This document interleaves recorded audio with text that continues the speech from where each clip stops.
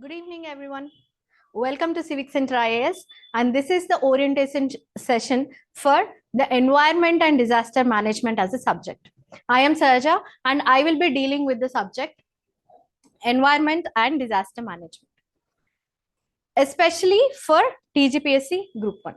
So before going into the session, let's understand what is the agenda of the session. In this session, we will discuss the syllabus, what are the references that you will or the resources that you can read for the examination. Apart from that, let's also understand the significance of the subject in the exam perspective and as a whole in a total, right? Apart from that, we will also see how am I going to approach the subject, what will be the structure of the classes that I'm going to teach in the sessions or in the classes. After that, I will also tell you a brief topic or the introduction to the subject and how you will understand how I'll deal with the topics or the themes of the syllabus.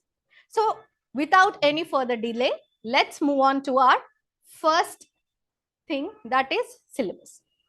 For any examination, it is very important for us to understand the syllabus. And in TGPSC Group 1, we are aware that we have preliminary examination as well as the mains examination, right? Now, what is mentioned in prelims and what is mentioned in mains, is there any difference? First, let us understand what is given in the preliminary syllabus. For prelims, as you can see in the picture here, we have environmental issues as well as disaster management, prevention and mitigation strategies, that is mentioned as point 4 in the syllabus. Here we understand that the syllabus that is mentioned is very broad. It is not nicely or given as theme wise. It is very vague in nature. They've said environmental issue. That means every issue, the climate change or any other disaster management and what are the issues that are there, everything comes under that, right? So anything that comes under an environmental issue, be it acid rain, be it any other development because of the biodiversity loss, right? Anything can be considered under environmental issue. Now, they've also mentioned specifically disaster management. So what are the impacts of these environmental issues and how are they increasing the frequency of the disasters and how do we mitigate or how do we adapt to that situations? So all this broadly is given in preliminary syllabus. Whereas when we go to the main syllabus, we can see that in paper 4 section 3 of the syllabus, we can see that there are 5 different chapters that are given. In 5 different chapters, we can see that again we have important themes that are mentioned clearly. The major difference from prelims to mains is that disaster management cannot be seen in main syllabus. See, in any of the 5 chapters, can you see disaster management? No. But will there not be a question in mains on disasters? Online students? Can we expect a question on disasters in mains questions?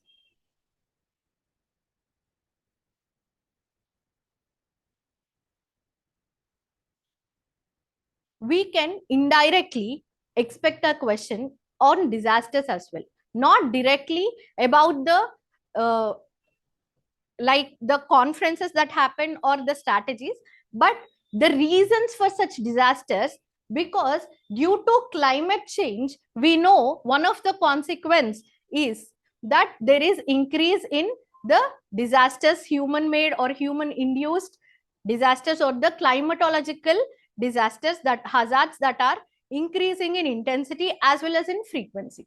So the disasters that are happening is a consequence of climate change. And hence, that questions also can be asked indirectly in mains, right? Now that we understand both the prelims and mains questions, let's understand the majorly asked question is from where to read this subject. What are the sources and how to approach, or what are the basic books that we need to read for environment.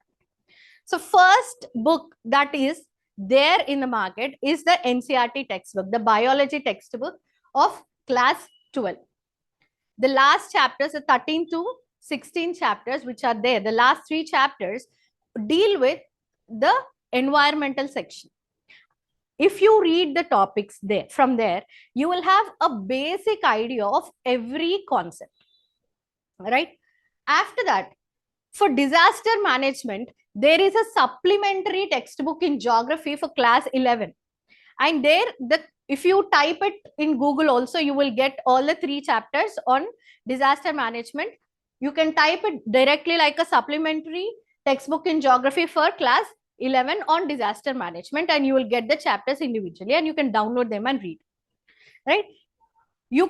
This textbook is a reference from where all the basic questions or the concepts of the disasters and what are the conferences that happened globally and what are the major disasters that had happened in India and their explanation, yes, is given briefly and in a compact manner in this NCERT.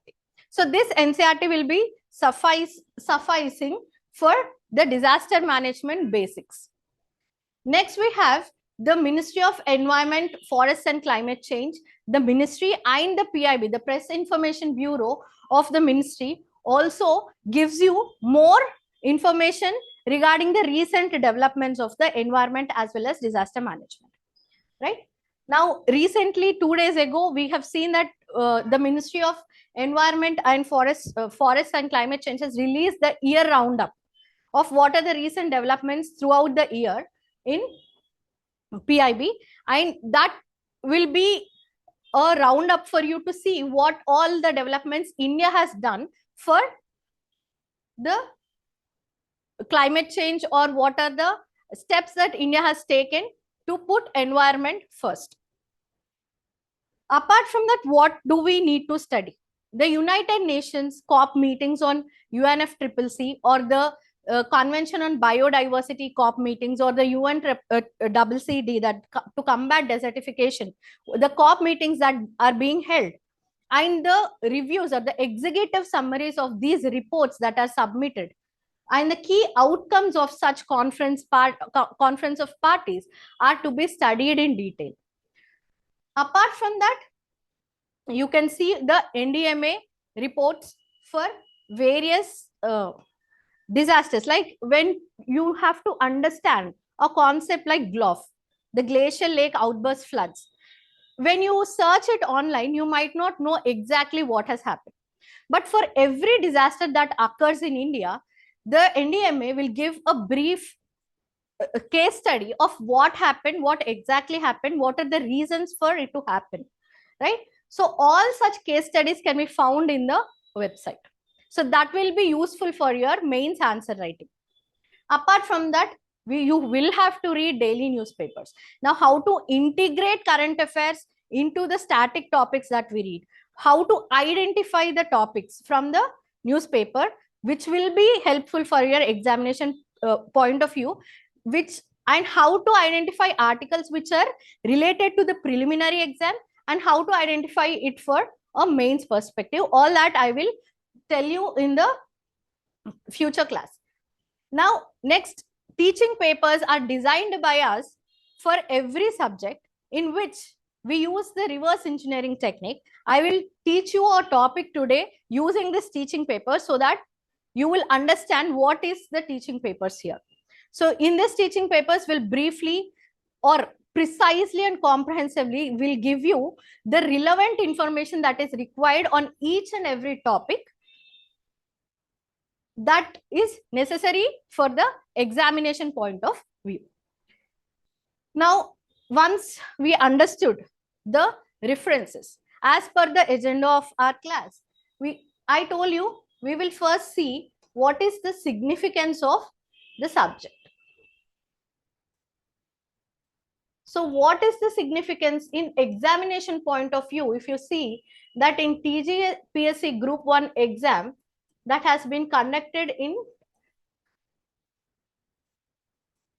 3 times for one notification, we can see that at least 6 questions in 2022 and 5 questions in 2023 and 6 questions in 2024 has been asked.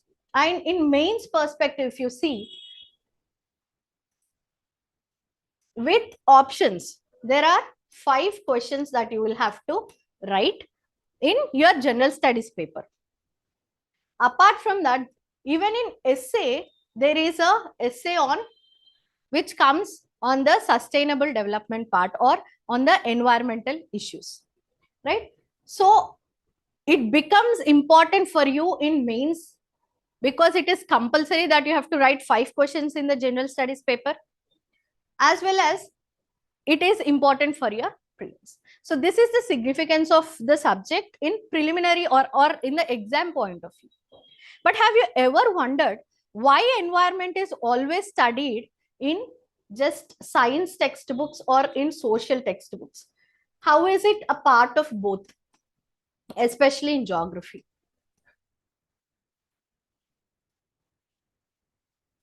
Why is it so? Have you ever thought of it? Or can you draw a connection between these two and environment? Yes.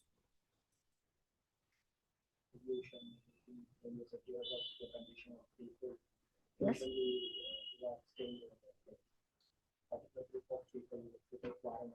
Yeah.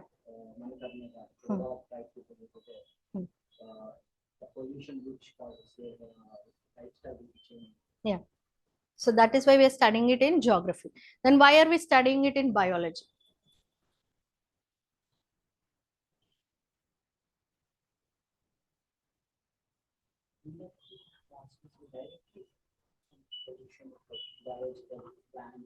Yeah.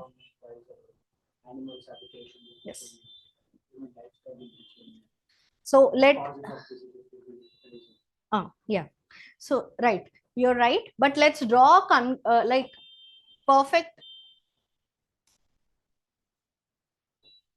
understanding. Let's have a perfect understanding of what actually happens.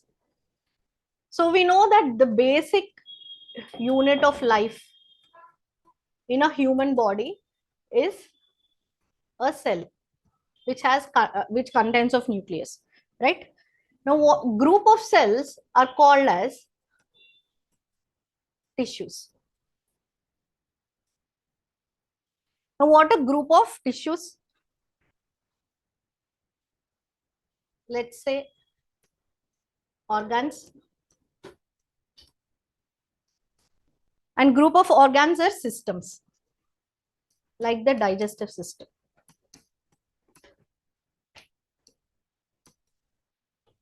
Right? Now, these group of systems which are there is called as a body, human body or any animal body, or you can also call it as individual. Now, what are group of individuals called as? No. So, group of individuals are called as population. Right?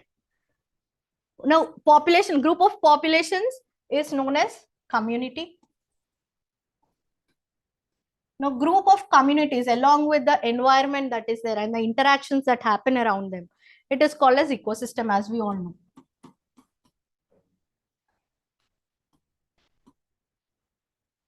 Now, group of ecosystems thriving together in different parts of the world or in different latitudes and longitudes in different geographical areas are known as biomes. And these group of biomes together on Earth are called as biosphere, where the life exists on Earth. biosphere, along with the lithosphere, hydrosphere, and the atmosphere, we have our planet. Now, group of planets is nothing but solar system.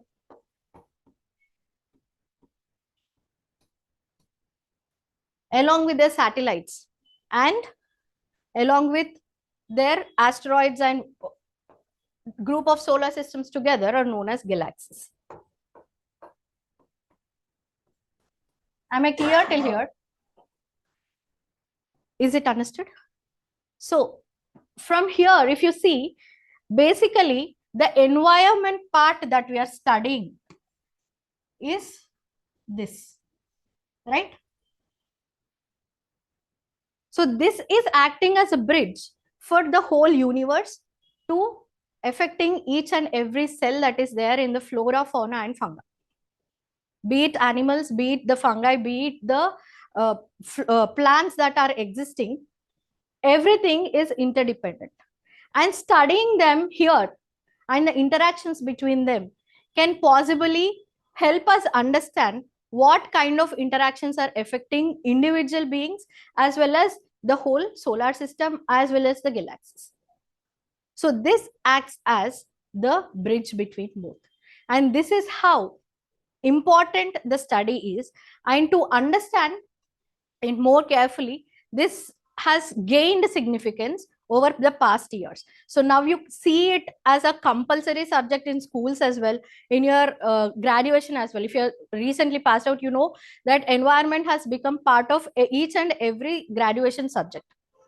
Now it has become a part of the competitive exams, and the number of questions that are being asked from the subject has been increasing consistently. So the importance or the significance of the subject is this. Apart from that, whenever this is disturbed, we can understand the human health is disturbed. So being humans with conscience and a little bit selfishness, we understand that understanding this or managing this is important for us to restore our health as well. And it is affecting the economies of the countries as well. How is it so?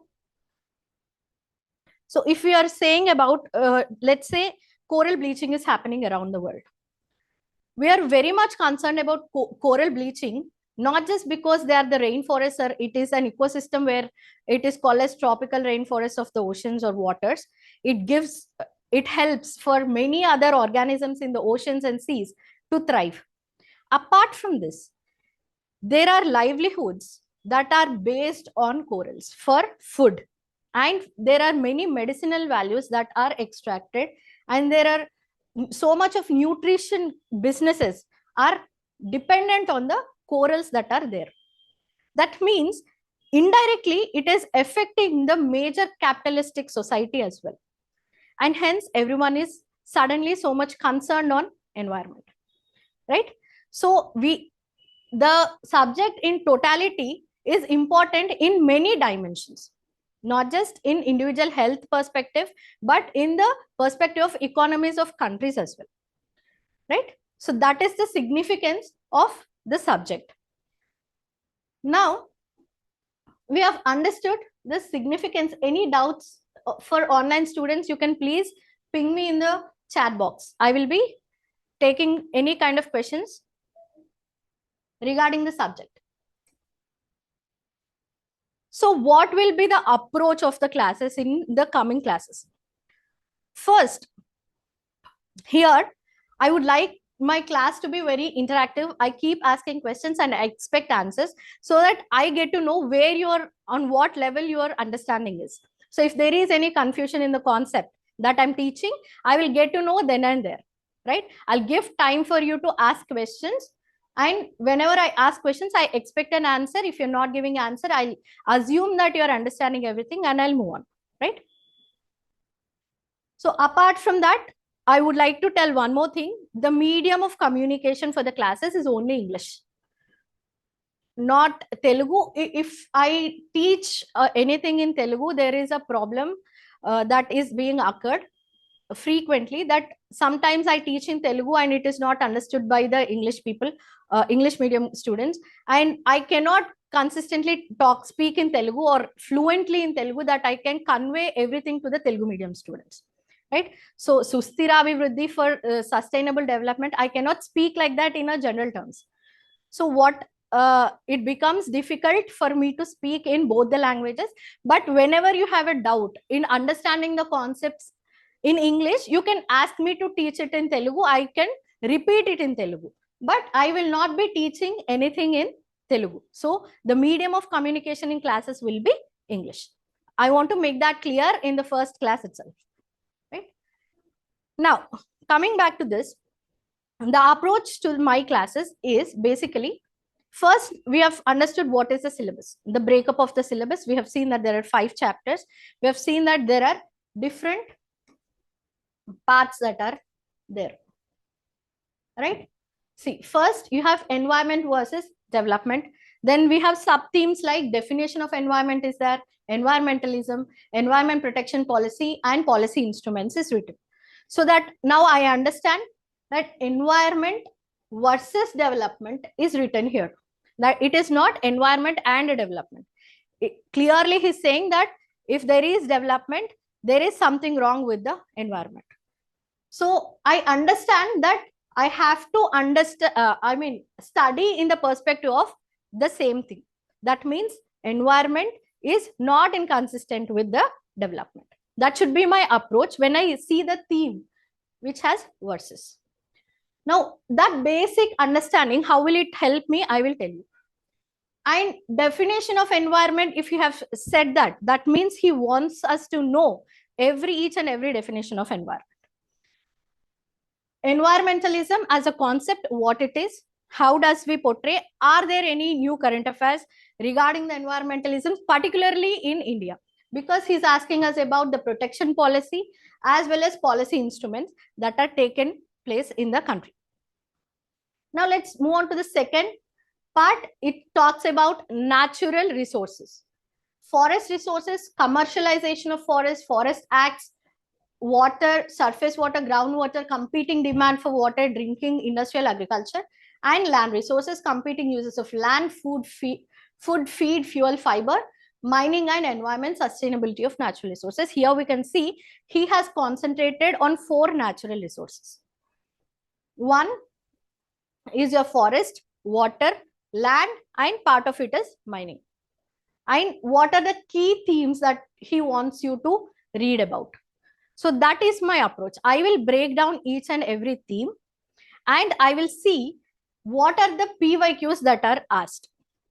That means for TGPSC, we just have a few papers. At least we now have 3 papers. For last notification, we do not even have that. So I go through every PYQ that is there. If not if there are some concepts that are important for our understanding, so we have a flow of study for every subject. But sometimes, because we do not have many PYQs here, we might miss some concepts. So basic doubt, whenever we say reverse engineering technique, that we see the syllabus through PYQs, people estimate or people come to a conclusion that we only teach PYQs. That is not true. First, the step of reverse engineering technique is to understand the syllabus completely, part by part, theme by theme. What does he need? Then we move on to seeing the PYQs and understand what kind of questions are being asked from the themes that are there. Which kind? So let me give you an example. Recently, we have the State Forest Report of 2023 released just the previous week. So you will be reading what is the percentage of tree forest cover that is there, or the tree cover that is there. Did it increase? Did it decrease? Which states have an increase? Which states have a decrease? Now I'll just make a question and ask. Try to answer that question. Indian State Forest Report is a biannual report. It is, and the second statement says, the report gives an idea about the forest, tree cover, mangroves, shrubs, as well as it also talks about the indices. Which of the 2 statements is right? statement 1, statement 2, both the statements, or neither of the statements? Can you answer these questions based on your understanding of the report? Online students? Both are true.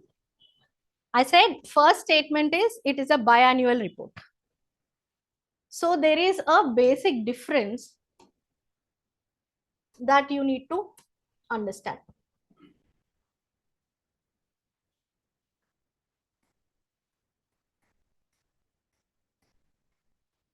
Biannual is twice a year.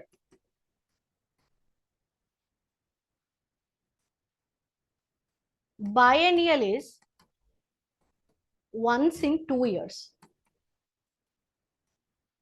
So first statement was wrong, right? And second statement, to tell that it is true, you should know that it covers the mangroves. You should know that it also tells you in perspective of NDCs, where are we standing? So that is also a objective of the state forest report, right? So to eliminate such things, you might be reading by hearting the percentages, you might be by hearting the states that have grown, the state that have decreased in mangrove, in coastal, in different areas, and suddenly you will see this statement and say, this I have not prepared for. Who asks such questions? So this is the typical question that comes. Who asks such questions? What is the importance of it? But this was the basic thing that you should be knowing. For how many years the report is coming out, and what are the objectives of the report? So how do I know that I have to read this? Only when I go through PYQs. The questions like this have been asked on reports. Only then will I know, okay, such kind of questions can be asked. Otherwise, I'll just be by hearting the data that is there like everyone, right? So this is the importance of reverse engineering technique. Why do we say refer to the PYQs? Is to understand, not to by heart the questions or to remember the questions or to analyze those questions and maybe think of the same questions will repeat. That is not the motive. Just to understand what kind of themes. If they're asking this thing for one report, they might ask it to the another report that is there, right? So how to frame questions. Now, when I see an article or a subject or a topic, I know what kind of questions might get framed only when I analyze the PYQs. So that will be done by us as teachers here, and we will help you to crack what kind of themes will be asked. So that is the reverse engineering technique, and that is our approach always. So here you can see that various questions. Now, here drinking water should have a oxygen level of 1 to 2 ppm is a statement. You know everything about the biological oxygen demand, but do you know, I mean, do you expect that a numerical value will be asked? So once I've seen this, I will ask you, what is the pH of rainwater? Is it acidic or neutral, or is it alkaline? Of a normal rainwater? If yes, what is the pH of it? Can I think of that question here when I see such statements? Right? So for the question I've asked, the pH is around 5.5 to 5. It is acidic in nature. The normal rain is also acidic in nature. Apart from that, if anything below pH 4 is considered as acid rain. Right? So the numbers are important because the statements are asking for numerical values. Right? So when I read a topic, usually I would skip saying who asks numbers, right? So that will be my thought process, or any person who is preparing for exam. Now, what should be the thought process? How can the questions be asked? What will be, how to approach a question when it is like this? How to understand what is the concept behind every question? That is also made clear in the classes. Now, I've told you read newspaper daily, right? Now, while reading newspaper, such questions can be expected. So what kind of questions are expected from news, from the daily news or the current affairs? How will you understand that? You can only understand the same thing again while going through PYQs. So major incidents that are happening around the world, he has concentrated, and the examiner asked From which country did this happen? The bushfires of Australia were in news for continuously 2 years straight. So it is not a minor incident that he's asking for. The major incidents are only concentrated in preliminary examination, right? So you can see, so bushfires is 4. So wherever you have A4, maybe that will be the answer, only one option, right?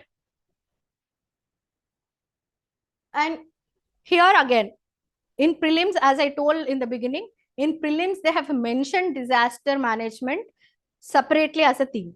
But in mains, he has not mentioned anywhere as disasters or disaster management. But you can have climatic disasters as part of climate change, and analytical questions can be asked in mains. But direct questions on disasters might not be asked in mains. So here we can see that a question in 2022 was asked because it was in news, right? About the Bhuj earthquake that happened in 2001. Why did they ask now? Because it was in news in 2022, it was asked. You can see that from the statements. So randomly questions are not asked. You need to understand that. So when you see such inaugurations of prime minister, now if I say we read so much about Project Tiger. Now the question is, the Project Tiger has been inaugurated from which of the following national parks? So from just this statement, I can say that inauguration is also important. The date or the year and from which place or from which national park, that also becomes important. So whenever I'm reading Project Tiger, I will remember the theme that if it is started from Jim Corbett National Park, I will have to remember that because it has been asked in the previous year questions.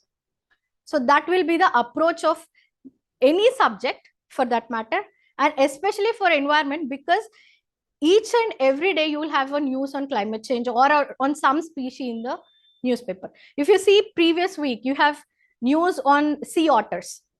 Have you been reading newspaper lately?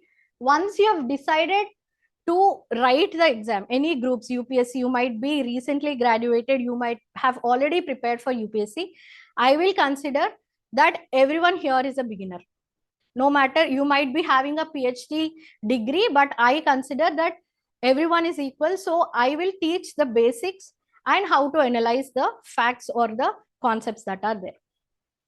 So from that point of view, let me ask you again, have you been reading the newspaper lately? Because it is, whatever you do not skip newspaper reading, because current affairs is a major part of your paper, and only you can add value to your answers through current affairs or the statistics that are happening recently, right? So as I was saying, sea otters were in news. Lion tail macaque was in news. So in the Hindu newspaper that I was reading, in the same article, in the same news article in the Hindu 2 days ago, he mentioned lion tail macaque to be critically endangered and endangered. Now, as an aspirant, what will you remember? Or how will you confirm what it is? Yes, it's a genuine doubt. In the same article from Hindu, a renowned newspaper, he have mentioned that lion-tailed macaque is a critically endangered species, and in the next paragraph he said it is a endangered species. How do you confirm what is right and what is wrong? Because here I want to tell you one important thing that you will have to remember for the rest of your preparation.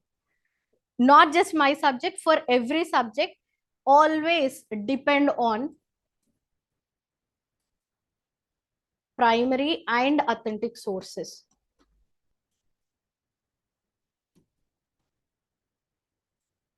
Yes. Cross with Ministry of Environment. Okay. You are checking with the Ministry of Environment for status of IUCN or sites or the Wildlife Protection Act schedule. What are you searching for? That also depends. the IUCN is endangered, you can just type IUCN status from the IUCN website itself. Do not trust any other source. You will, once you Google a species, you will have hundreds of UPSC material centers or coaching centers. Do not trust anybody, be it newspaper. They call it critically endangered basing on the context that they are taking. If he is taking from a science journal and putting it there, it might be, the science journal might be a old one, and he will substantiate it later, and you will not be able to understand what he has written, why he has written that. So always cross check with the IUCN site itself. Do not trust any other source. Okay. Sites again, appendix 1. Any endangered, it is, once we deal with this in the subject, you will understand how the appendices are made, and you will understand why every endangered comes under appendix 1. What is the full form of sites, the trading, what it deals with. And the schedule again is one which has full protection. So remember to only search the primary sources. And as you told, if Ministry of Environment is saying that it is endangered, then it might be in the Indian perspective. And the question might ask the IUCN status. So some species, to give more protection, we might consider them as critically endangered, but IUCN might consider them as endangered species. So that's this difference you can observe for species, especially cheetahs, for Asiatic and African. Go home and check if IUCN and WPS status are the same for both. We have difference here also for snow leopard. So to understand that, you need to keep checking only the authentic sources. So for authentic sources, as I said, you have to only go through the government sources. Wherever you have .gov or universities that give you materials like the IGNOU material, where you have .ac.in, or the Press Information Bureau sites of every ministry.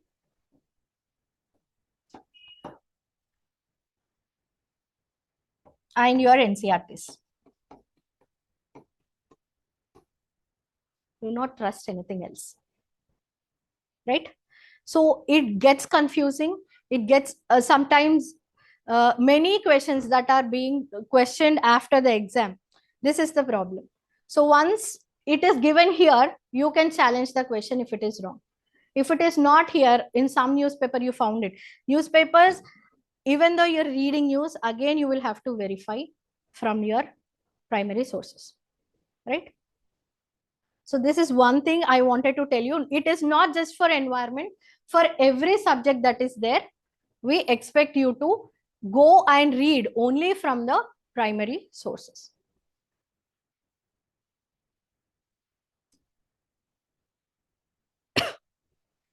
Now, can I say, if in 2022 they've asked a question on biological oxygen demand, and in 2023 again they're asking something on biological oxygen demand, can I say that this concept is important for exam point of view? Yes. So that is a added advantage of seeing PYQs, but the main advantage is to understand what kind of questions are being asked and from which theme which kind of questions can be asked. So that also you can see, right? Here, terror of Bengal, water hyacinth. I don't know if you are beginners, you know all the terms, or do you know invasive alien species and what they are? I am not aware, but we will go through every single PYQ one while I'm teaching the concepts also. I will tell you why is it important, how is it relevant in the exam point of view briefly, and I'll conclude everything. So here, just to go through what kind of questions are asked on international conferences. So, and they can also see if they're asking chronological order of summits, that means the expectation is you will remember the years of the summits, right? So Is it necessary to remember the numerical values or the data or the years? Yes, it is necessary for TGPSC Group 1 because chronological questions are more in number in the whole paper, right? Now let's move on to what kind of questions are asked in mains. So the first question, if you see here, critically assess the challenge in aligning economic development with environmental sustainability in India in the present era. The first syllabus, when we decoded, we have said environment versus development. That means they are not in sync with each other. We need to study in a perspective where they are not meeting, they are not going hand in hand. So that becomes your first question in your mains. So that is how, why is syllabus important? It is because from each and every word, from just by understanding the words, maybe you will be able to crack what is asked, right? Now, how far have the measures taken by the government succeeded in successful management of solid waste in India? So if you have seen the mains syllabus, solid waste management India and the rules of it or the policies of it was a part or the theme, key theme of it. So from every theme, again, he did not ask any direct questions. If you see here, let's see the other questions also. In 13th question, examine the environmental implications of replacement of conventional fossil fuels based by green power. And or you have another option is policies of India for land resources management. You have to assess the effectiveness of the policies. And here they are asking you to evaluate the effectiveness of the current biodiversity conservation strategies implemented in India in conserving endangered species. Or they're asking you to say the proper functioning of various components of ecosystem is the basis for maintaining pollution-free environment. Discuss. Right? So every keyword is there in the question. And this is the last question, where strengths and weaknesses of Paris Agreement on climate change. How effective is Paris Agreement? And Kyoto Protocol played a crucial role. So either you have to have an understanding of Paris Agreement or the Kyoto Protocol, you can choose in the choice. So here, if you observe the pattern, he have picked the key themes, but he never asked a direct question. He always asked an analytical question. You see all the keywords. You can see analyze, examine, assess, evaluate, discuss. Everything is not a direct keyword. So to understand how to structure a mains answer just by looking at the keyword, that is also decoded for you. So there are direct keywords and indirect keywords. Direct keywords are what, how, which, and in explain. Such kind of questions are direct keywords, where you just have to list out what is there. But assess, analyze, discuss, evaluate, critically assess, enumerate, elucidate. Such indirect keywords needs deeper understanding of what should be written, where you have to write statistics, where you can just reason it out using the examples that you know. So how do you understand that? Based on just understanding the keyword, you can structure the whole answer without even thinking about it. So such tricks of answer writing are again taught in the class. In every class for every topic, you will have practice questions. You will understand that while I teach you one topic using the teaching paper that I've made for the first topic of this thing. So let's see the teaching paper.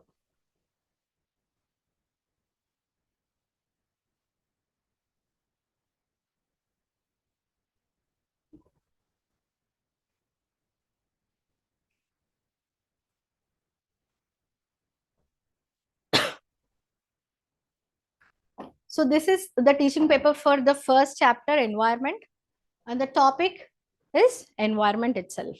So in this chapter, I have made it into two topics. Now, before understanding that, let me show you my syllabus. I will tell you how I made a flow in from the syllabus. See, if you see the syllabus, you can see that environment versus development, environment and everything is there in the first chapter. It talks about environmental protectional policies and policy instruments.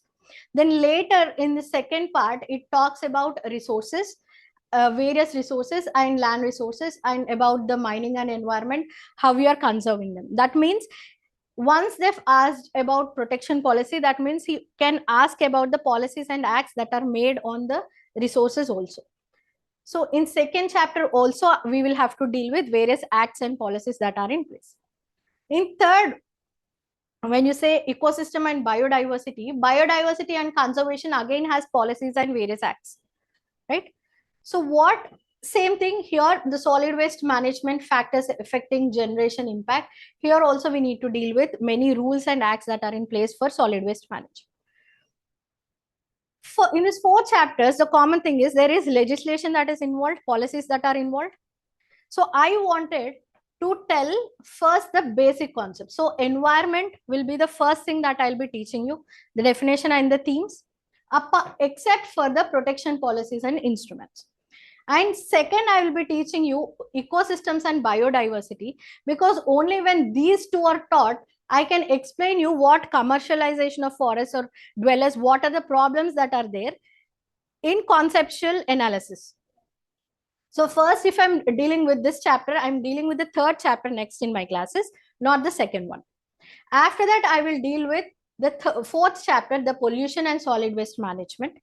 Only after that I can deal with the second chapter. And after I complete 4 of these chapters, I will deal with all the legislations that are in place in India and the policies that are there together in one chapter. Right? Understood? So after that, we will go to the global scenario, where in global scenario, again, the historical background to, we start from industrial revolution. What happened during industrial revolution? How did it affect? And when was IPCC formed? Why was it formed? Why did Earth Summit happen? Was Earth Summit the first one or the Stockholm the first one? Why did Stockholm happen in first place? So everything, the historical background, from the historical background till date, till the COP29 of UNFCCC, COP16 of CBD, and the COP16 of the desertification, to combat the desert, UNCCD COP meeting. So everything till date we will read. The outcomes of it, how has it changed from the beginning? The important COP meetings that are there, what are the important changes? How is it relevant till date? So that we will see. And apart from that, we will see climate change, the effects, what are the mitigation strategies that are there in place globally as well as in India. What is India doing? And then we will see the adaptation part. So most of the times we will not be able to mitigate every problem, right? We will be sometimes have to adapt to the changes that are happening, because there is no other way other than to survive. So what are the adaptation strategies that are happening around the world as well as in India? Global warming and its impact and sustainable development. Sustainable development in itself is a intersecting concept. That means it can be part of any of the concepts and any of the subjects as well. Economy, geography, history, everywhere you can bring sustainable development, even from art and architecture to mining to everything, right? So how do you deal with such concepts? And in answer writing, how do you understand such concepts? Where can you use it? Everything is dealt. Again, the whole thing is dealt in the last in 2 parts. After that, apart from these 5 chapters, I will deal separately the disaster management in total in 2 classes. So that will be in total, environment and disaster management will have only 10 classes, but everything will be dealt. And teaching papers, I will discuss right now. You can see to what extent we can go there. Why do we go to such an extent? And where do we stop? Why do we not go in details to some of the concepts, right? So now, as I explained, the first chapter we are dealing with is environment. The topic is environment. The subtopics that according to the syllabus, I have made it as introduction, types, components, environmentalism, environmental movements in India. Now, environmental movements in India is not there in the syllabus. So why do we include? Because we have seen environmental movements have been asked in UPSC, in APPSC Group 1, and in TGPSC Group 2, Group 3 as well, along with the years. So if TGPSC board is asking in some other exam, there are chances that some kind of reflection might come the next time on the same topic. So this is kind of analysis that we make, and we break down that this might be important in this concept. Now, if we see, apart from that, here more prelims questions on this from TGPSC will be added. TGPSC or APPSC Group 1 will be added. But here, for time being, we have used only the UPSC prelims question. We have a question, which one of the following is the best description of the term ecosystem? So to understand that, first we need to understand what is ecosystem, which is not dealt here. But that was the only PYQ that was asked on the definitions. But in mains, you have a question about discuss about environment, its components and its awareness, which means such direct questions also have been asked in UPSC itself. So there can be a reflection like this. Even though TGPSC in this mains did not ask any direct questions, if a direct question was should be asked in this particular definitions part or the components part, such kind of questions can be asked. So just to understand that, we have given you the prelims and mains questions in the teaching paper. So you will also have an idea what you are dealing with and why you are dealing with. Now, introduction to environment. Simply in my class, I will say environment is nothing but it is everything that surrounds us. So this is a definition that will make you understand what is environment. But now, just now we have seen that they have asked the definition of ecosystem. So tomorrow they might ask you the definition of environment in 4 different statements and ask you to understand which of, recognize which is the right definition. So the famous definitions given by the environmentalists are all there here, right? So that is how, and everything is from a primary source, either from a university book or from the NCERT itself or the IGNOU material, right? Apart from that, so the introduction we will deal with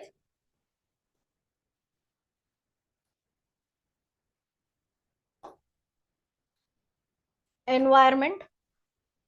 So in my class, I will not be using the teaching paper like that, and teaching papers are given to you as notes. So you can read them at home. In my class, just I will be using a PPT with minimal content, which just have definitions and a few pictures if there are some comparative studies, or I'll be just interacting with you generally like this, and I will be explaining each and every concept. That is the way. Okay, environment, it is derived from a French word. This is a basic introduction. Environneur is the word, which means surroundings. So many of us might have a confusion between the words environment, ecology, ecosystem. How do they differ from each other? What are they in first place? Sometimes we use them interchangeably, right? So do you know what is the difference between ecosystem, environment and ecology? The basic terms. Are we aware of it, or do we need clarification on the terminology as well? Online students, do you have any doubt about the terms environment, ecology or ecosystem?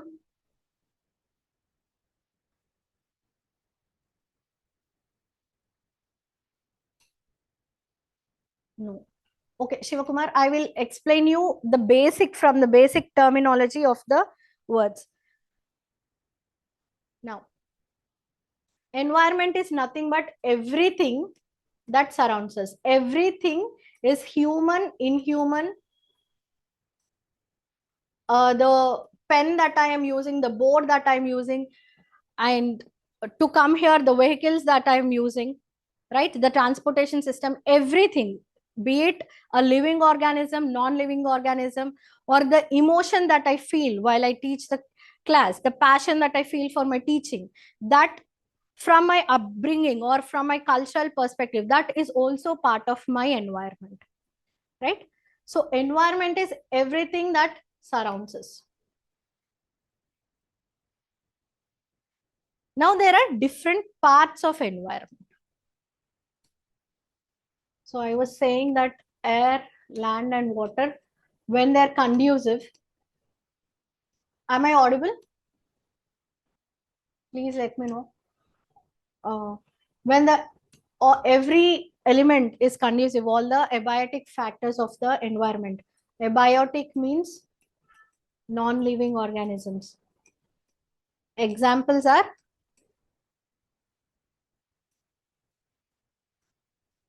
sunlight, wind, water, air, pressure, everything. Right? The life on earth is called, when everything is conducive, when there is right amount of composition in the air and the land is fertile enough to give life, and when the water has the mineral composition right, not too eutrophic where the biological oxygen demand is less, when the water is in right proportions with the right nutrients, only then life is possible on earth, and that life which is possible on earth is called as biosphere. So lithosphere, atmosphere, water, the hydrosphere and the biosphere, everything together along with their interactions is called as environment. Clear? Now the ecosystem is nothing but the functional unit of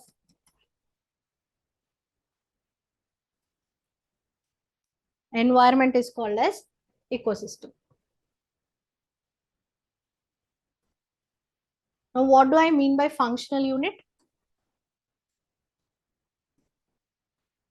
It performs certain functions and it is a basic unit in which you can observe these functions happening, and the same functions happen in the complete environment in total. Understood? So what are the functions that can be observed in ecosystem?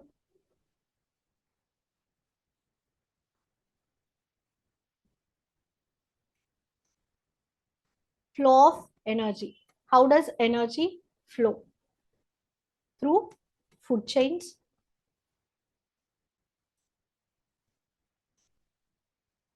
right?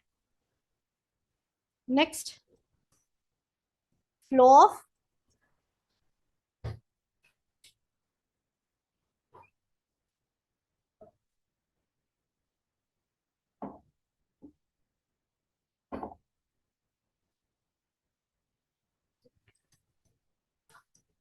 biogeochemical cycles.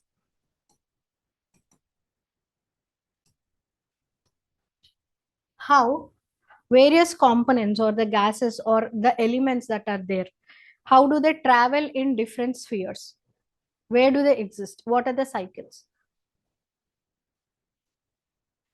Then another function of it is homeostasis, which means it controls its own, it is a feedback mechanism where it controls if there is any imbalance that is occurring naturally.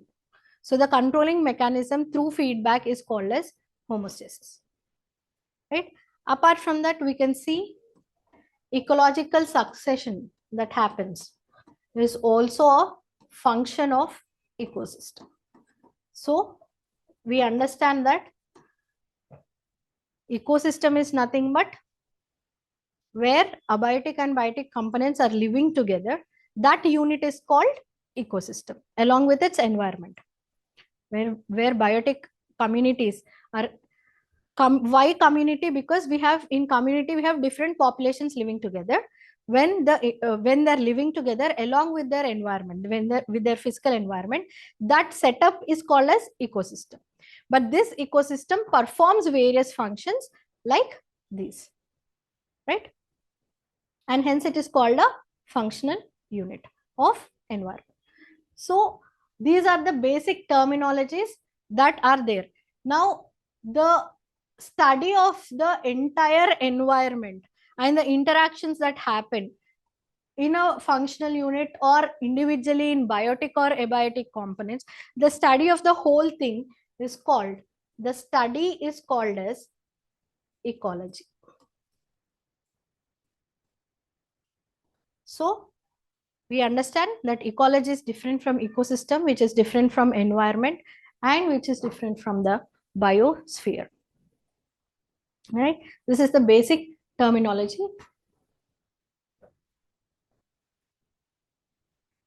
As we've been discussing, we have different types of environment. Types of environment are biotic and abiotic components. Biotic meaning living organisms, abiotic meaning non-living organisms. Since our schooling, we have been understanding what is biotic and abiotic components. And the types of environment consists of abiotic, the examples just I gave, sunlight. Orography is also one of the conditions.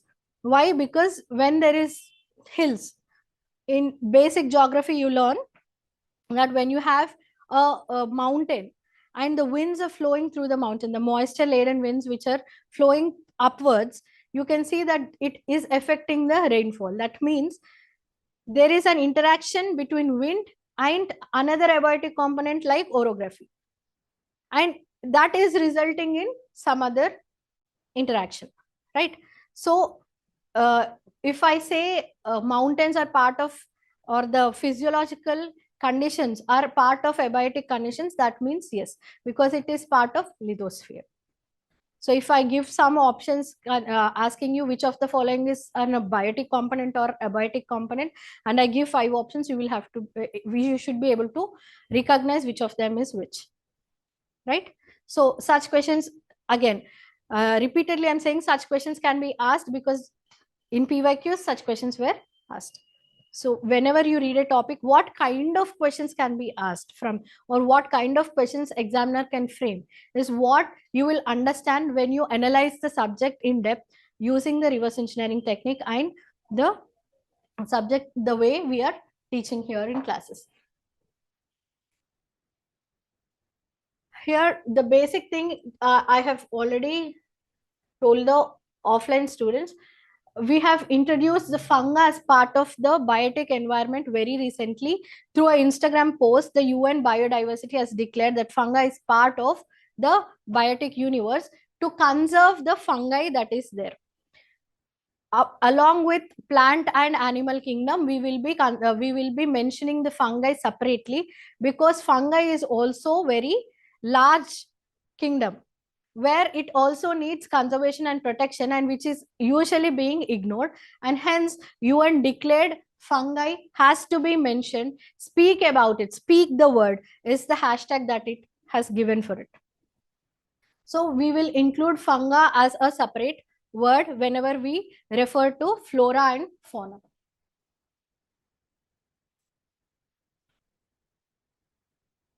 So what are the components of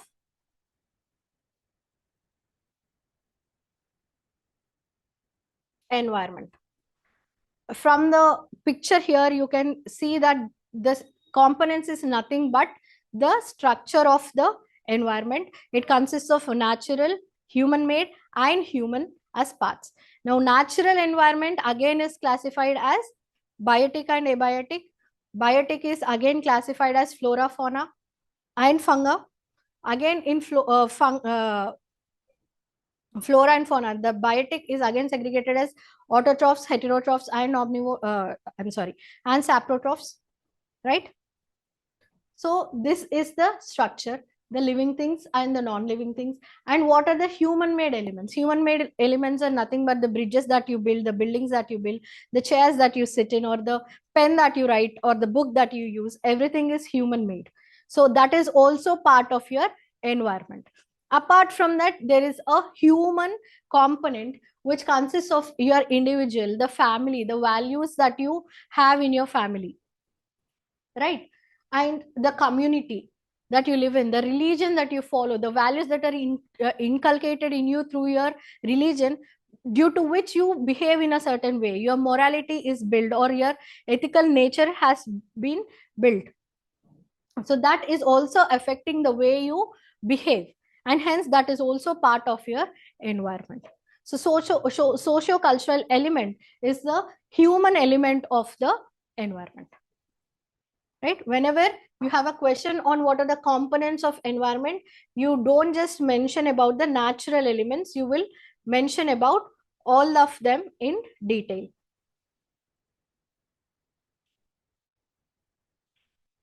Next, we have environmentalism.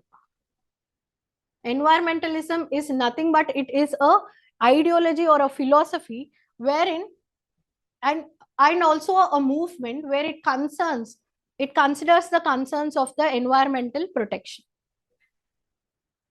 Now, environmental is nothing but an ideology or a practice or a movement in which you try to create awareness to conserve or protect the environment. Now, such environmentalism, the movements, one of such are the minute ones that you can see is the anti-littering and the anti-plastic campaign that is done to minimize the plastic waste, and the Clean Yamuna campaign is also a part of environmentalism, and many other examples. But mission lifestyle, or the mission lifestyle for environment, or mission life, is an act of environmentalism by the government of India, and here are the key themes of the mission life. So in teaching paper, we will discuss every theme in detail and every subtopic that we have divided in detail, and historical background of the environmental movements. So before we talk about the environmental movements that happened in India, globally, where did it start? How did it start? What was the first one? So if you see, The Silent Spring is a novel that was written by Rachel Carson in the year 1962. This novel talks about the ill effects of pesticides on the nature. So that was the first time when people realized what are the effects of the usage of over pesticides on nature, and she was considered to be a environmentally active person, and she is called as the mother of the movements. Now, Indian environmental movements, we have seen Chipko movement, which happened on 27th March of 1973 in the Himalayan region, and the Silent Valley that happened in Kerala state. The Bishnoi community in 1731 in the 17th century. The Apiko movement that happened in 1983 in Karnataka, and the Narmada Bachao Andolan, which happened in 1978, which was the recent one by Medha Patkar, right? So these are a few examples of the environmental movements that happened in India. Now, once we finish the teaching papers, what do you have next is the solutions to the questions that is there in the prelims. You will see that the correct answer for the definition that we have asked there, an ecosystem is a community of living organisms in conjunction with the non-living components of their environment interacting as a system. You can find that one of the options in the question was, I'll show you.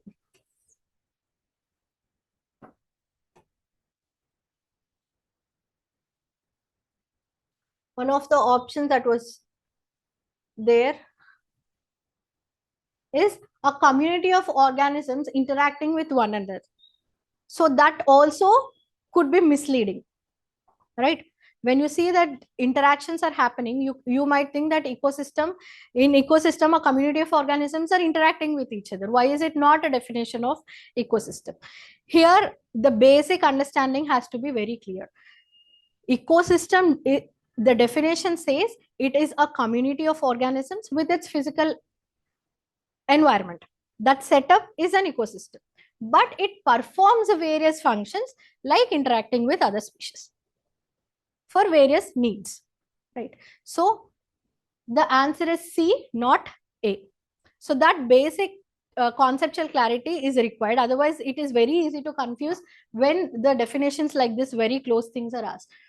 The flora and fauna of a geographical area, what is it? Is it definition to something, or is it just a random thing that is given? Online students, the flora and fauna of a geographical area is nothing but biodiversity. The biological diversity of that area is called as the flora and fauna of that particular area. The part of earth which is inhabited by living organisms, just now I've been talking about it, the part of earth which is inhabited by the living organisms or the biotic component is called biosphere. So these are definitions of the relevant terms that you might keep reading. So it is easy for you to confuse. You might think, yes, I've read this, maybe this is the definition, or you are aware of just one of the definitions, and hence you will not be able to recognize which is the definition, right? So very clear conceptual clarity only will lead to answer such questions. And most of the times statements, direct statements, are confusing because everything seems right here, right? Everything is a definition of some or the other terms. So the term that you are using, it is very important for you to understand the clear understanding of each and every term in this subject, because sometimes you use it interchangeably in your daily languages, right? But here it becomes important for you to understand the definitions as well. So for such clear concepts, we have designed this teaching paper where everything is addressed. So after, you can see, we have given you and a brief explanation of that question. And then for the question that is said, discuss about environment, its components and its awareness. After I discuss the class or the topic in the class, in class, again, I want to be clear that we do not use teaching papers while teaching the class. Teaching papers are given to you as material for you to study, right? Only the concepts that are there are explained in the class, just like how I explained the terminologies just now without using anything, just the board and the concepts and interacting with you directly. That will be the mode of addressing in the class. And teaching papers, you will have to go back and see what are the topics that we have covered. Is everything covered in the class? Did we miss something, right? And if there is any other additional information that you should be knowing and it is not relevant to discuss in the class, that is skipped. Apart from that, now after I discuss every topic, I will tell you what kind of questions are asked in mains, what will be the approach. And in the teaching paper also, you will see that for one PYQ at least, we will give you the approach of how to write the definition. First, we will say what is the keyword there. And in class, we will explain what is the importance of each keyword. As I've discussed, direct keywords, indirect keywords, when you see discuss what are the components or what should be the structure of an answer, right?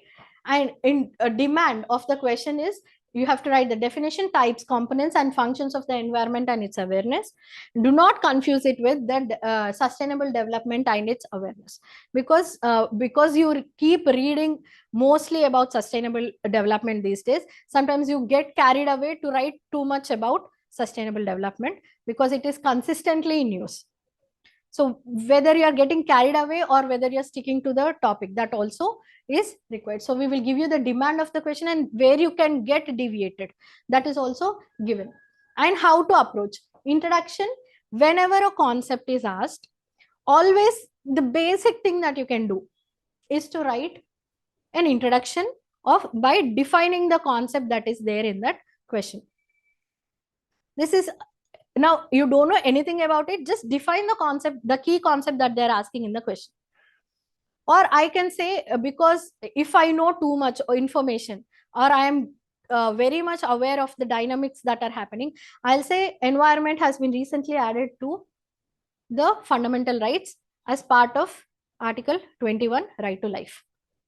So that is a catchy or a current affairs related introduction that I can write. But what is the basic as a starter when you do not know what to write? You are just starting to write answers. You kept reading all these days, but you do not know how to approach an answer. First thing that you can do is define the terms that are there, that are being asked in the question. So that will be a basic introduction, and the body should consist of different dimensions. Under the dimensions, at least 50 words will make your answer. Then how to conclude?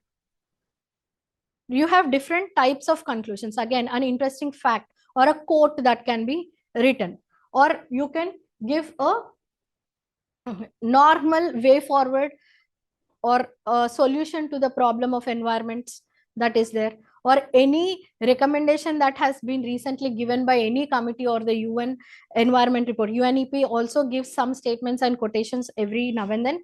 And the key speakers, the general essay that has been asked this year on the civilizations and the desertification was an introduction, is a quotation of a key speaker in UNEP, and they've picked the quotation directly and made it as a question, right?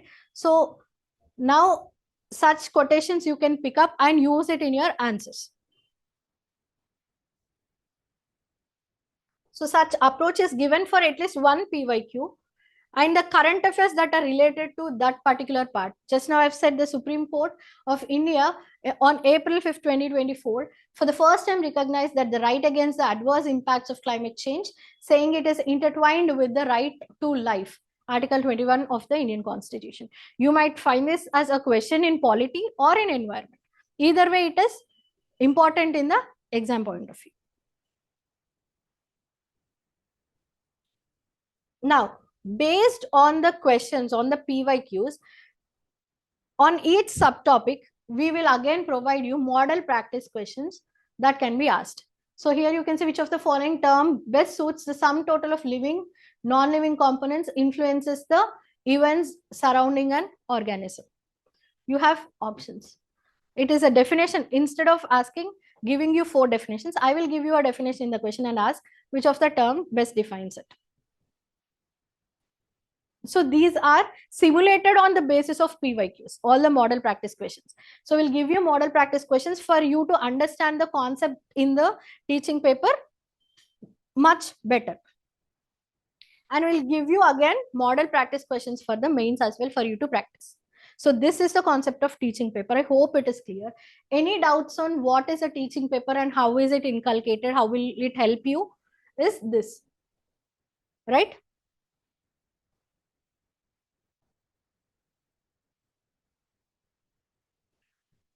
So moving on, the last question that I need to answer is why join?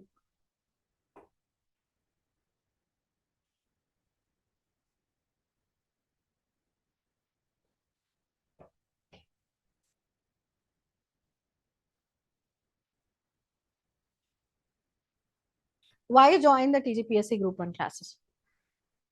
Self-study is, I encourage self-study, but the time you have, if you want to use it efficiently, it is done through classes. So now you know. Now I have told you many things during the classes when there is some error in the electricity also. We have discussed many things.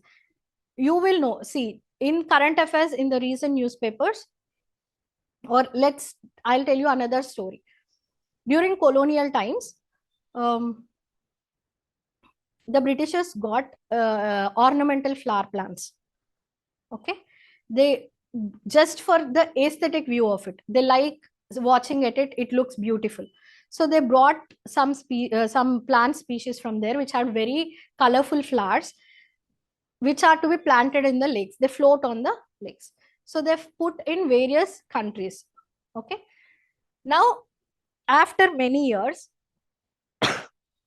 we see that due to various other reasons, like now the fertilizers that we are using, it has become too much. Now, due to the fertilizers, the runoff from the water carrying the fertilizers has started pumping too much nutrients into the water. And these plants started to grow enormously, which is called as algal blooms. Right? Now, the plants in the water started to grow enormously, and they've grown to such extent that the ships that are moving in the waterways, the inland waterways, they are getting stuck. The transportation is becoming a problem. Now, this plant is water hyacinth, which is also known as terror of Bengal. Now, I've told you the whole scenario. This might be an article in the current affairs.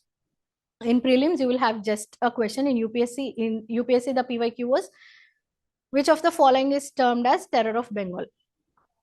You can identify. In TGPSC, we have seen water hyacinth is associated with some other term like polluted water. So is it true or not? You can tell it very easily. But all the story that which I've told, why is it necessary? Is it necessary for you to know? It only this can be inculcated in any kind of essays that you are writing or in the answers you can write. Now, in the story that I've told, you can relate to different multiple concepts. One, invasive alien species. What happens when you bring a plant from some other part of the country or some other part of the globe and put it in some other part? First thing is, it doesn't have any natural predators. Right? There are no natural predators, meaning that there are no there are no predators which will consume the plant. And hence it will grow. The population will easily grow because there is no predator, natural predator. That means the population is increasing by itself. And due to anthropogenic causes like the fertilizer use, the nitrogen and phosphate and whatever are used in the fertilizers, they are nutrient rich. They help in growth of plants. That is also causing the eutrophication of the lake, which is decreasing the biological oxygen demand, because the plants are also using so much of nutrients from the water and the oxygen to survive. So other living organisms will die. So naturally, the lake in itself will die very soon. So we are discussing various concepts like eutrophication, invasive alien species, and co-extinctions that might happen. Along with the lake, there might be death of some important species that are there, or some endemic species that are only available in that part of the regions. So they cannot be found in any other place. So see, in one small story that I write in my introduction, I can connect to different kinds of concepts interlinking each other. So to understand such perspectives, you will have that to get to that analytical knowledge. Only classes will help you to understand and to connect which topic can be connected to which other parts. So that is done through classes.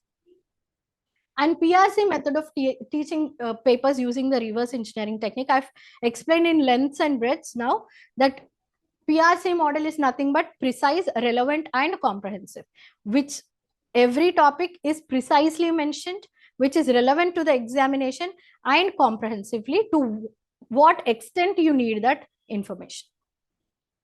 And integrated and incremental approach. Now that I've told you a small topic of algal blooms, of water hyacinth, I've told you what can be done, what kind of questions from the topic can be asked in prelims. So integrated approaches, prelims come mains, how to study it for prelims, how to study it, what should be the perspective while reading for mains. So while covering a topic, you should see, just while reading, you should be able to analyze what is important for prelims, what is important for mains. So when you get that understanding, it becomes easy for you to study, right? So that is integrated and incremental approach. Incremental is day by day you will solve, or day by day you will increase the concepts and the analytical skills based on the, now I have decoded the syllabus for you and I've told only after reading this, this and this, you will be able to understand much better the other concepts. Now, if you start reading as it is from the textbook or from the syllabus copy, from Googling everything and making notes, it becomes irrelevant for you to how to study or how to structure and understand in detail. So that is why the TGPSC classes that we have designed will be of immense help for you to integrate into your preparation. So that is my take on the subject, and that is how I'll be explaining each and every topic. I've given you enough examples. One of the previous year questions, let me tell you. If you observe this question, evaluate the effectiveness of current biodiversity conservation strategies implemented in India in conserving endangered species. Okay, this is the question.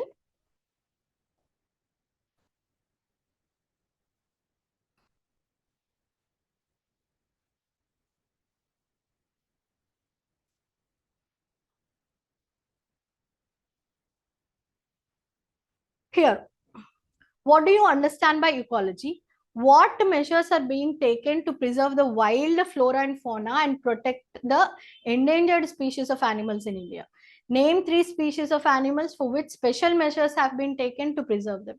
What results have been achieved so far in this regard? This question was asked in UPSC mains in 1981.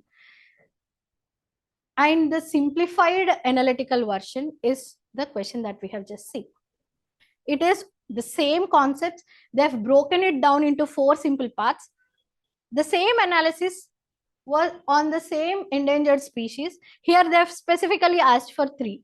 For a 200 word answer or 250 word answer, you cannot write more than 5.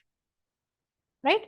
So if they're asking in analytical way, but still asking from the same themes that are coming from the PYQs, it helps you immensely how to understand, how to decode each and every thing. Right? So online students, do you have any doubts regarding the approach or anything else? Any doubts? Making kemana doubts now?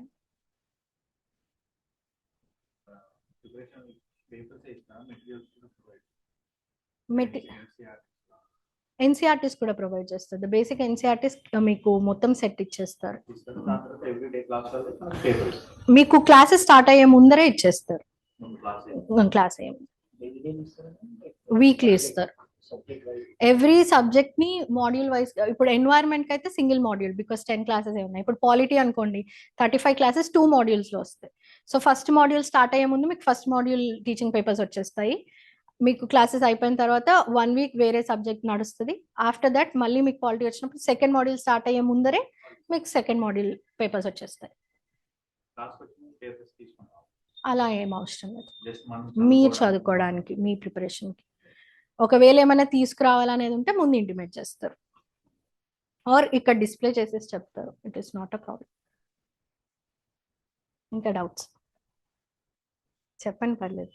Subject మీకు అంటే environment as a subject మీకు ఎప్పుడైనా tough అనిపించిందా, or is it okay for you? I mean is it okay for you to study individually? మీకు ఎక్కడైనా problem ఉంది, ఎట్లా approach అవ్వాలి, anything? It is fine. You can ask anything about the subject, or in general preparation lo emana doubts una kuda you can ask.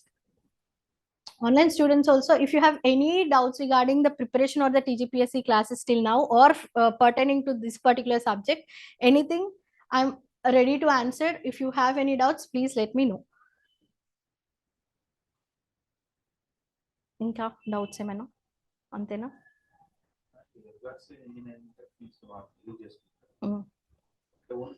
Only మన centre వాళ్ళు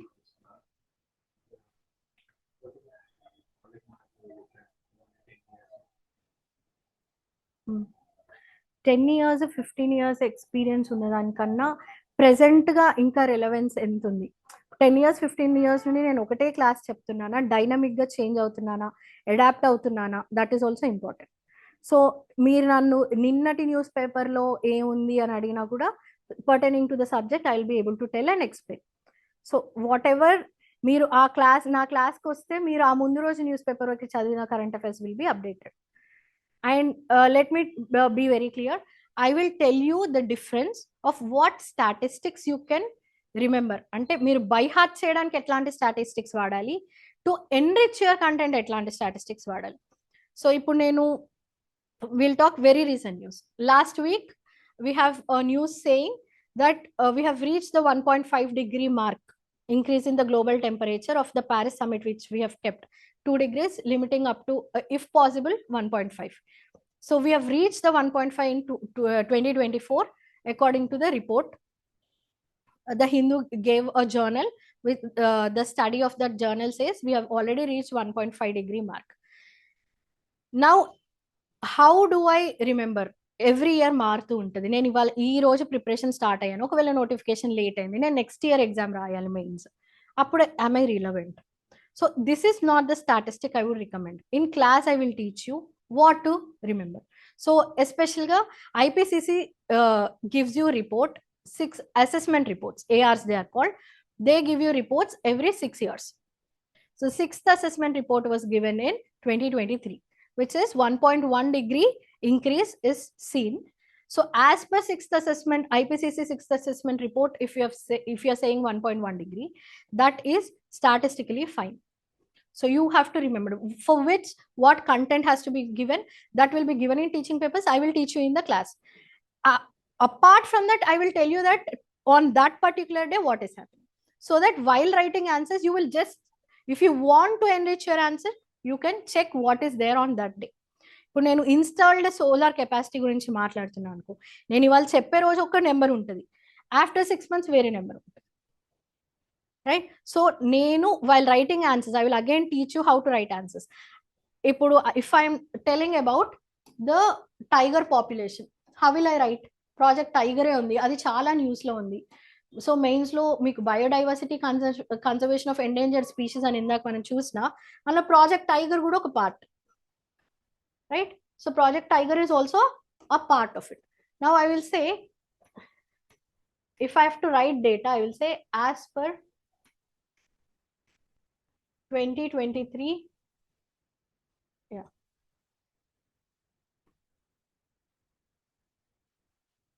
number of, okay, as on July 2024, the number of tigers in 2023 were 3648, and the growth rate was 6.1%. During 2006, the number of tigers were 1411. So the question which we were trying to study was assess, which means to assess or evaluate something, you need to provide numerical statistics. So I will say from here to here there is growth. That means while assessing, I will say project tiger is successful, right? If I have to talk about something like project dolphin, what is the recent news? Last week you might have seen that we have tagged a dolphin using a microchip, which is first in world. We are tagging the dolphin to understand its habitat and its population, its reproduction, its pattern. So to study all this, we have tagged, which is first in the world. So India's efforts in conserving biodiversity. So this is a news that we can see just 2 days ago in the newspaper.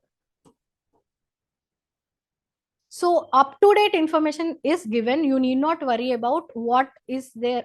So how are we different? Everyone follows the RET method? Not really. So the understanding of RET in the market, we have started, if you have observed, reverse engineering technique was started by CivicCentre, and later people have started to copy it, but they really do not understand what is the concept behind it. People think previous year questions they take and they make the same kind of questions. That is reverse engineering technique, but that is not reverse engineering technique. We understand each and everything. We decode, we understand the themes, what are the options, are they relevant, are they being repeated, Are they not being repeated? If they're not being repeated, what kind of other questions are coming? So every analysis is made. We have a strong R&D team, and we have a team of around 35 people every day sitting and doing this work. So that is our strength. We have teachers that are actually dynamic and adaptive. They adapt to everything that is happening in the market. They're relevant, and they're still practicing, and they're always learning new things. And we are trying to make or simplify the process for you. Right? So that is how we are different from others in the market. Any other doubt? R&D is research and development. Yeah, yeah.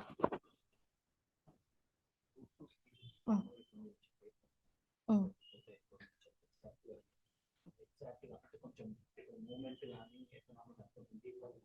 Mm. అవును. Okay, group 1 classes, if you are taking group 1 classes, is it relevant to group 2 also? So again, as I told, we will not, when we are taking TGPSC board, if for UPSC we study 45 years of the previous year questions. From 45 years we take, we analyze, we decode what is happening, what has happened, and how are they still relevant. But for TGPSC, we do not have so many PYQs. So what we do, we take what the board is asking for different exams, from AE to group 3 to group 4 to everything that is there. And we see what kind of questions are being asked on which kind of topics, for which kind of level of questions. So when you're taking group 1 classes, you will have comprehensively conceptual idea on everything. And whenever we are taking the relevance of group 2, because such questions or themes are asked in group 2, it might be reflecting here, because we just have 3 prelims questions and 1 mains questions till now. So we need to analyze different questions and themes from the board to understand what the examiner wants. So that is done. So thoroughly you will be able to answer the group 2 questions as well. Particularly for group 2, you will have to remember data and statistics and numbers. For my subject, if you're asking, the same years are asked. Wildlife Protection Act year lo vachindi, Environmental Protection Act year. The same thing is there in group 1 also, the same thing is there in group 2 also. Just the type of question has changed. Here they have asked in chronological order to confuse you. They have given in matching format, so that you can, even if you know one, you can answer it. So the type of question has changed, but the demand that you should remember the years is still there, right? So if you are preparing for group 2, this is also sufficient. And if you need some other help, we will get you also. And then any more doubts? Thank you. Online students, any other doubts? I don't see any doubts from the online students, so I'm concluding the session. Thank you so much.